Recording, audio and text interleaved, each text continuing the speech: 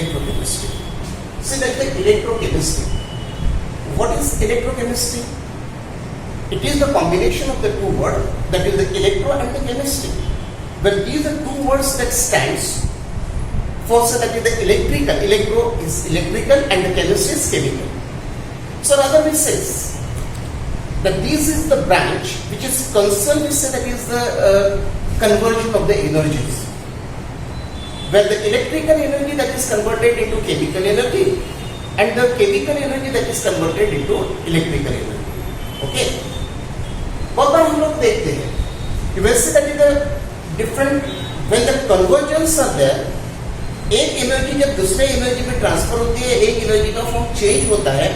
Now see that in the various applications, when we take here that is the one of the process, that process is known as the electrolysis. Well, see that the electrolysis is the process where by applying the electrical current, there is a dissociation of say that sodium chloride. Sodium that gets sodium chloride that gets converted into the sodium ion as well as the chloride ion. It means that there is a formation of the ion by means of the electrical current. अगर वो electrical current से dissociation अगर हो रहा, इसका मतलब ही होगा कि that is what that is the chemical electrical energy that is converted into the chemical energy. Okay? अब केमिकल एनर्जी में कन्वर्जन, अब ये इलेक्ट्रोलिसिस की जो प्रोसेस होती है वो प्रोसेस हम लोगों को नेक्स्ट में कंप्लीट प्रोसेस को पढ़ना है. वैसे दैट द इंडस्ट्रियल एप्लीकेशंस की अगर बात अगर करें तो इलेक्ट्रिसिटी आपको पता है, इलेक्ट्रोप्लेटिंग की प्रोसेस होती है, इलेक्ट्रो रिफाइनिंग की प्रोसेस होती है. Well see that it is a electroplating process and well as the electro refining process. Well the first process electroplating जो होगा, इलेक्ट्रोप्लेटिंग में क्या होता है, there is a coating of the one metal over the surface of another. एक metal के surface के ऊपर दूसरे मेटल का जब कोटिंग किया जाता है, और ये प्रोसेस अगर इलेक्ट्रोलिसिस के द्वारा अगर होती है तो that process is known as the electroplating. हम लोग अगर देखें तो हमारे गाड़ी की जो रिंग्स होती है, बाइक की जो रिंग्स होती है, साइकिल की जो हैंडल्स होते हैं, all these are the electroplated. हमारे घर में जो स्क्रू होता है दैट इज आल्सो इलेक्ट्रोप्लेटेड, बराबर है, जहां पे क्रोम प्लेटिंग किया जाता है. So that these are some of the example of the electroplating. Another example is the electro refining. अब अगर इलेक्ट्रोलिसिस के अंदर में अगर इलेक्ट्रो रिफाइनिंग की अगर बात अगर करें तो सी दैट इलेक्ट्रो रिफाइनिंग में क्या होता है, it is one of the industrial process, it is one of the metallurgical process. During the extraction of the metal सब एक्सट्रैक्ट करने के बाद वहां पे जब मिनरल से मेटल को बाहर निकाला जाता है, फिर बाद में ये जो मेटल होता है उसको प्योर स्टेट में लाने के लिए इलेक्ट्रो रिफाइनिंग की जाती है. Electro refining is also the one of the electrolysis process. अगर इलेक्ट्रोलिसिस अगर होता है तो by mean of the electrical energy that will be converted into the chemical energy. So these are the two processes, was the electroplating and the another process is known as the electro refining. समझ में आ रही है?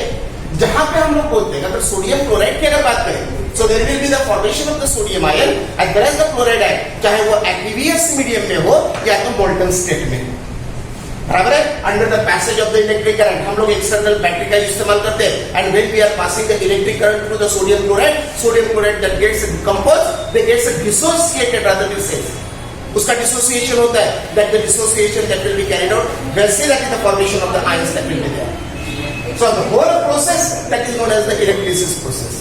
Okay, simple process है, आप लोगों ने ये प्रीवियस स्टैंडर्ड में पढ़ा है.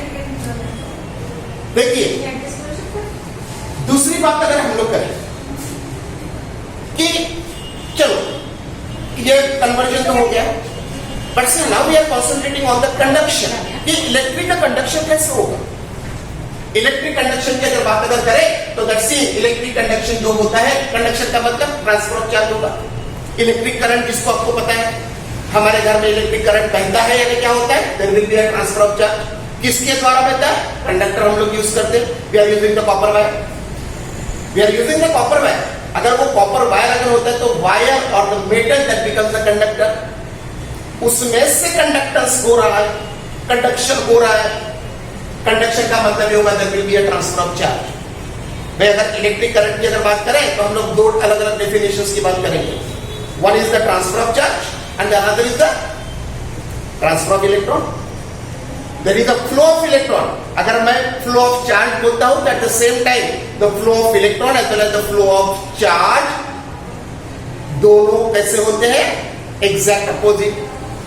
Higher potential to lower potential अगर पॉजिटिव चार्ज अगर फ्लो होता है positive end to the negative eight the same time electrons कहां से करते हैं electron that will be flow from that is the negative terminal to the positive terminal that is what the concept वो होगा आपका electric current जहां पे हम लोग कंडक्शन की बात करें now as far as the conduction is concerned हमको दो अलग अलग टाइप के कंडक्शन मिलते हैं one is the metallic conduction and the another is the ionic conduction metallic conduction जैसे कि हम लोगों ने माना है कि हमारे घर में कॉपर वायर का इस्तेमाल किया जाता है it is a good conductor it is a metallic conductor तो मेटेलिक कंडक्टर के अंदर में जो होता है वो कंडक्शन किसके द्वारा होता है इट्स वेरी इंपॉर्टेंट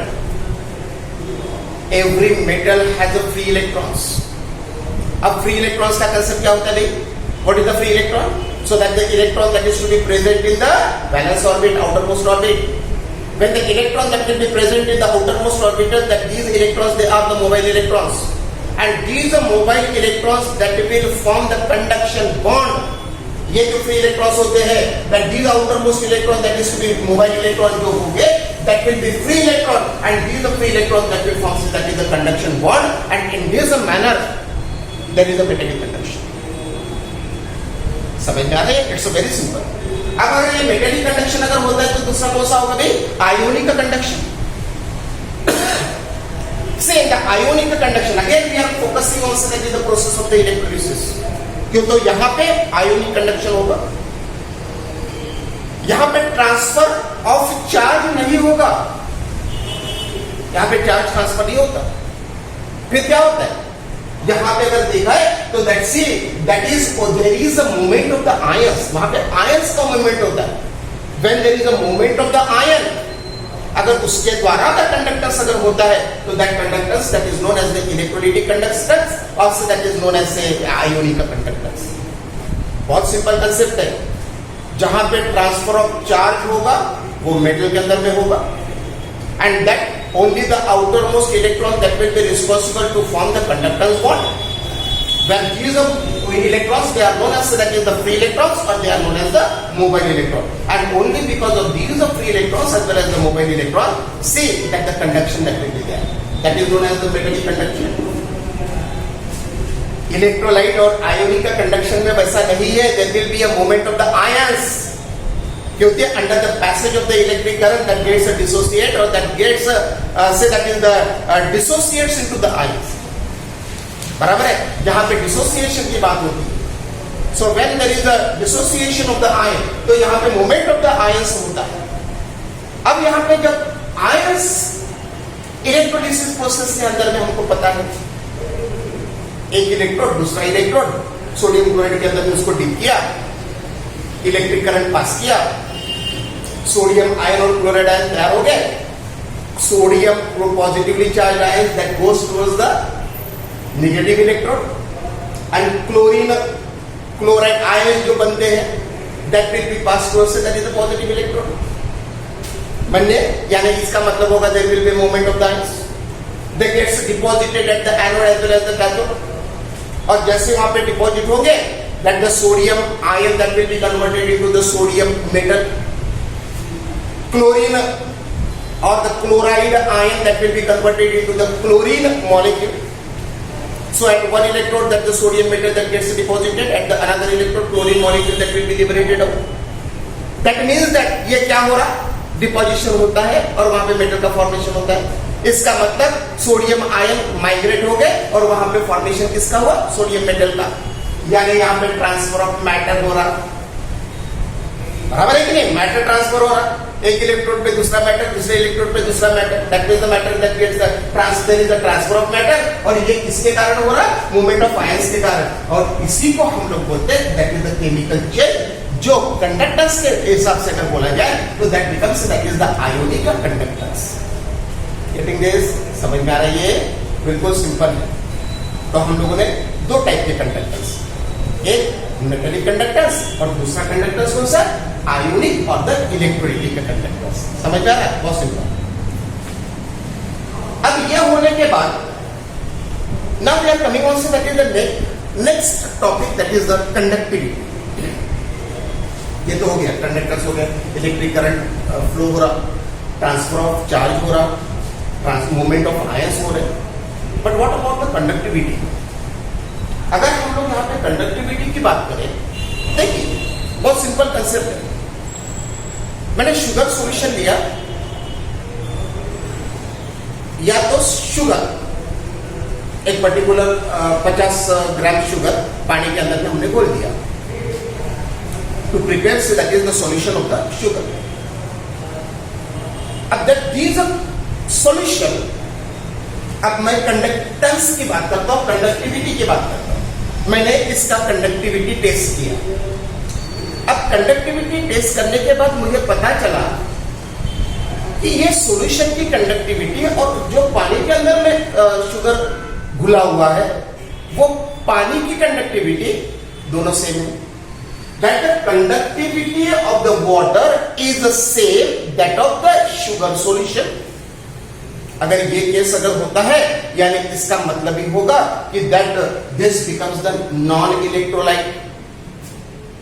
कि तो सब्सटेंसेस ऑर्गेनिक और इनऑर्गेनिक की अगर बात करें, so that the some substances also that is the electrolytic while the some are non electrolytes.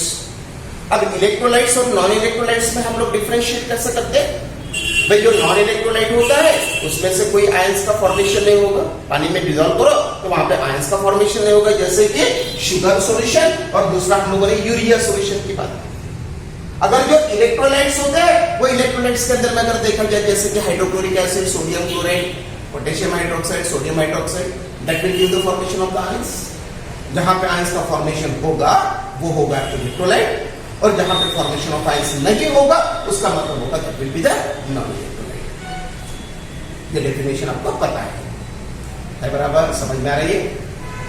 अब जब कंडक्टिविटी की हम लोग बात करते हैं, जब कंडक्टिविटी और इफ दैट पर्टिकुलर कंडक्शन की अगर बात होती है, कंडक्टिविटी की बात होती है, तो conductivity of the solution if it is same as that of the water, फिर बाद में हम लोग बोलेंगे कि that becomes the non electrolyte. लेकिन इलेक्ट्रोलाइट्स के अंदर में नहीं होगा। अगर मैं HCl को पानी में अगर डिसॉल्व करता हूं and if I measure the conductivity, what will happen? Conductivity of the water, जो पानी के अंदर में घुला है वो पानी, और सॉल्यूशन बनने के बाद उसकी conductivity, so conductivity of the solution that will be greater than that of the water. देखिए, if that the conductance of the solution, कौन सा सॉल्यूशन? HCl का सॉल्यूशन, उसकी कंडक्टिविटी अगर उसकी बात अगर करें तो कंडक्टेंस हम लोगों को ज्यादा बताइए, the conduction is greater than water, then say that becomes that is the electrolytes. यानी अगर मैं इलेक्ट्रोलाइट और नॉन इलेक्ट्रोलाइट्स की अगर बात करूं, कंडक्टिविटी और द कंडक्टेंस के अगर तहत अगर मैं उसको अगर डिफरेंशिएट अगर करूं, तो जहां पे conductance of the solution is equal और it is same as that of the water, then that becomes the non electrolyte. And if the conductance is greater than the water, वो सॉल्यूशन की conductivity अगर पानी से अगर ज्यादा अगर होती है तो that becomes that is the electrolytes. समझ में आ रही है? Getting this? Very simple. अब यह होने के बाद now we are coming also that is the very simple, that is the differences between the strong as well as the weak electrolytes. देखो स्टूडेंट, आप लोगों को ये भी पता है कि स्टैंडर्ड में ये सारा कंसेप्ट हुआ है आपका, बराबर है? ये बिल्कुल बेसिक टर्मिनोलॉजी की हम लोग बात करें, ये लेक्चर होने के बाद जब नेक्स्ट आएगा तो वो एकदम कंसेप्चुअल होगा। ये सब टर्मिनोलॉजी है, आपको सारे टर्म्स पता है। अब अगर मैं स्ट्रॉन्ग इलेक्ट्रोलाइट और वीक इलेक्ट्रोलाइट्स की अगर बात अगर करूं, तो एक इसमें रेट ऑफ डिसोसिएशन ज्यादा होगा, दूसरे इसमें डिसोसिएशन होगा but that will be in the very small extent. On the basis of the rate of the dissociation that we can define the terms. One is the strong electrolyte and the another is the weak electrolyte. अब strong electrolyte होता है तो वहां पे formation of ions होता है। तो देखिए HCl पानी में जैसे घुलता है, that we are getting the hydrogen ion as well as the chloride ion. अगर मैं उसकी इंटेंसिटी की बात करूं, उसका नंबर्स ऑफ आयंस की अगर बात करूं, तो आपको यहाँ पे बहुत ज्यादा मिलते हैं। That means that it means that अगर मैं स्ट्रॉन्ग इलेक्ट्रोलाइट्स की अगर बात अगर करता हूं, तो दैट्स इट, अगर उसका डिसोसिएशन का भी अगर रेट देखा जाए, डिसोसिएशन बहुत फास्ट होगा, आयंस का फॉर्मेशन बहुत ज्यादा होगा, So on the basis of this, that we can say that one becomes that is the strong electrolyte and the another is that is the weak electrolyte. अगर weak electrolyte होता है, इसका मतलब ही होगा कि वहां पे डिसोसिएशन होगा, dissociate to the very small extent. Dissociation हो रहा है, वहां पे फॉर्मेशन ऑफ आयंस भी हो रहा है, that you are getting the positively charged ions as well as the negatively charged ions, no doubt. लेकिन ये सब करते वक्त वहां पे डिसोसिएशन का जो रेट होता है, यहाँ पे स्मॉलर एक्सटेंट का होगा और यहाँ पे बहुत ज्यादा dissociation. So on the basis of the rate of dissociation that we can define. अगर मैं यहाँ पे स्ट्रॉन्ग इलेक्ट्रोलाइट्स की अगर बात करता हूँ तो that's that is NaCl is there, जहां पे हम लोगों को आयोनिक कंडक्टेंस मिलता है, बराबर है, because there will be the movement of the ions. अगर मैं यहाँ पे अगर बात करूँ कि अगर इसका इलेक्ट्रोलिसिस अगर किया जाए तो that you are getting that is the chemical change by means of the electrical energy, that you are getting the chemical change, बराबर है. That means they are the strong electrolytes. Weak electrolytes में होता है but rate of dissociation that will be less. Example के तौर पे अगर देखा जाए एसिटिक एसिड हो गया, ऑर्गेनिक एसिड जिसको कहा जाता है, let's say that is the rate of dissociation यहाँ पे कम होता है, even though that we are getting so that is the ions. No doubt हमको यहाँ पे आयंस जरूर मिलते हैं, लेकिन आयंस मिलने के बावजूद भी हम लोग यहाँ पे बोलते हैं कि that becomes that is the weak electrolytes. Getting this, समझ में आ रही है? तो ये हो गया difference between the strong as well as the weak electrolytes. अब हम लोग बात करेंगे नेक्स्ट थोड़ा सा मैथमेटिकल कंसेप्ट की बात. अब जब हम लोग मैथमेटिकल कंसेप्ट की बात करेंगे तो ये सारे कंसेप्ट, कुछ कंसेप्ट आप लोगों ने 10th स्टैंडर्ड में पढ़े, कुछ कंसेप्ट आप लोगों को 11th स्टैंडर्ड में पढ़े होंगे. अब उसी कंसेप्ट को सामने लेके जाना है हम लोगों को. जैसे कि आपको ओम्स लॉ पता है. What is Ohm's law? Yes, what is Ohm's law? Ohm's law का मतलब होगा, अगर हम लोग देख that the potential difference divided by current, that is the resistance. Definition, when we say that the resistance R that is equals to potential difference that is measured in the volt, and see that whatever the current is there, current and that is in the ampere, see, according to the Ohm's law, it is a ratio. It is a ratio between say potential difference and current. So therefore R that is equals to V upon I, where the V का मतलब ही होगा that it is the potential difference and I का मतलब होगा that is the current. So potential difference divided by current. समझ में आ रही है? अब अगर रेजिस्टेंस की अगर बात करें तो how the resistance is measured. अगर मैं ऐसा यूनिट की बात करता हूं, resistance that is to be measured, बराबर है, वो ओहम में होता है. See that is the sign that is the ohm. इसको ओमेगा भी बोला जाता है. अगर आप किताबों के अंदर में देखें तो ये साइन को ओमेगा बोला गया है. But that is ohm, resistance that is always measured in ohm. अभी तक हम लोग ये पढ़ के आए. बट कितना रेजिस्टेंस है, जिसमें जो ohm is the resistance of that particular range, जो भी हो, बराबर है. कोई भी मेटल का पीस होगा उसका रेजिस्टेंस इतना हो. सो अगर मैं रेजिस्टेंस की बात करता हूं तो that is measured in the ohm, बराबर. अगर पोटेंशियल डिफरेंस की बात करता हूं तो that is measured in the volt V.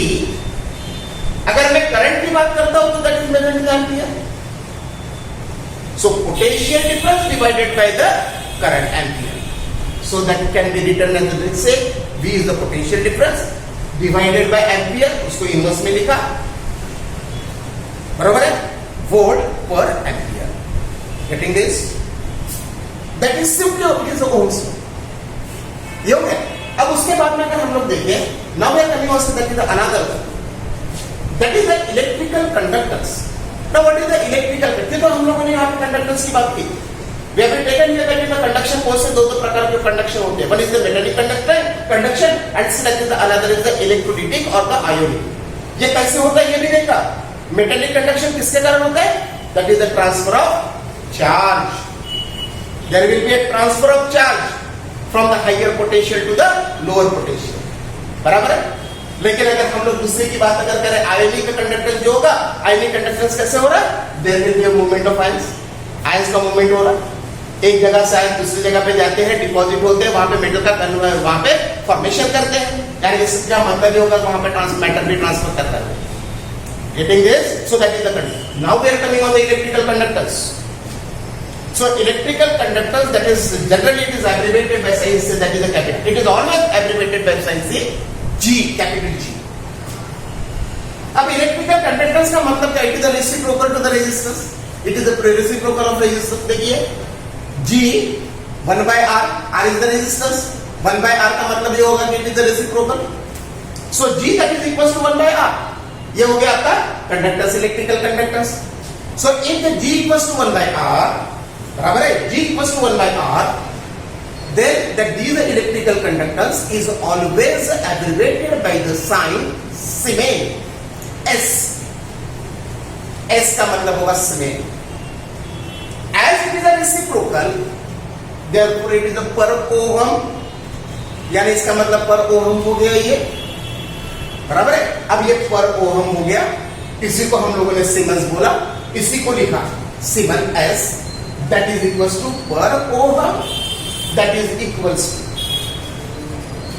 जब हम लोग ओहम बोलते हैं तो V अपॉन आई होगा, V अपॉन आई होगा, यानी V A इनवर्स हो गया.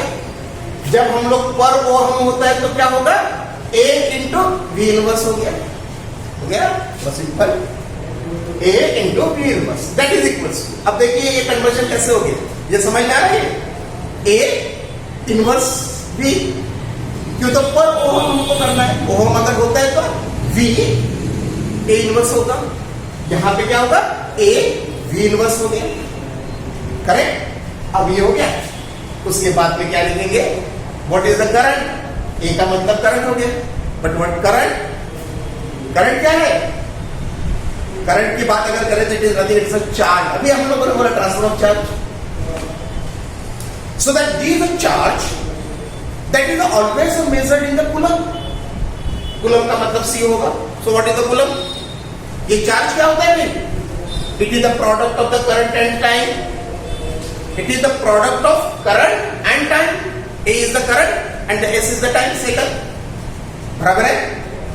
by substituting the values over here, C की वैल्यू, ये जो वैल्यूज होती है वो वैल्यूज को यहाँ पे सब्स्टिट्यूट करो, बराबर है. A की वैल्यूज को हम लोगों ने यहाँ पे सब्स्टिट्यूट कर दिया.